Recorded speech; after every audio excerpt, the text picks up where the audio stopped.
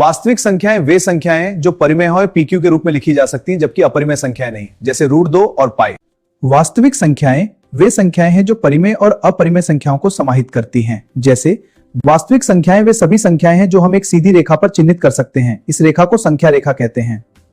वास्तविक संख्याएं वे सभी संख्याएं हैं जो हम एक सीधी रेखा पर चिन्हित कर सकते हैं। इस रेखा को संख्या रेखा कहते हैं। इस रेखा पर जितने भी बिंदु बनाए जा सकते हैं, उन सभी बिंदुओं को दर्शाने वाली संख्याएं ही वास्तविक संख्याएं हैं। इस रेखा पर जितने भी बिंदु बनाए जा सकते हैं, उन सभी बिंदुओं को दर्शाने वाली संख्याएं ही वास्तविक संख्याएं हैं। परिमेय संख्याएं वे संख्याएं हैं जिन्हें हम दो पूर्ण संख्याएं, इनका दशमलव रूप या तो सीमित होता है या बार बार दोहराव वाला है।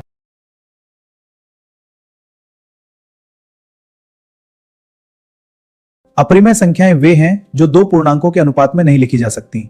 उदाहरण के लिए पाई एक अपरिमेय संख्या है। अपरिमेय संख्याएं वे हैं जिन्हें किसी भी दो पूर्ण संख्याओं के भाग के रूप में नहीं लिखा जा सकता। ये अनंत तक बिना नियम के चलता रहता है। वास्तविक संख्याएं परिमेय संख्या के संख्या रेखा पर हर बिंदु इनमें से किसी एक संख्याओं की दुनिया बनती है। वास्तविक संख्याएं परिमेय संख्या यानी इन दोनों को मिलाकर पूरी वास्तविक संख्या दुनिया बनती है।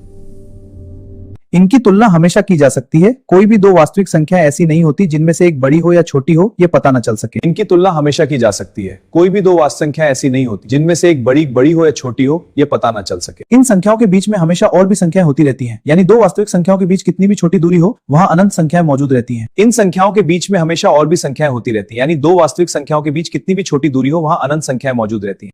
इनका उपयोग दूरी, लंबाई, क्षेत्रफल, आयतन, समय, तापमान, गति जैसी वास्तविक दुनिया की हर चीज को मापने में होता है।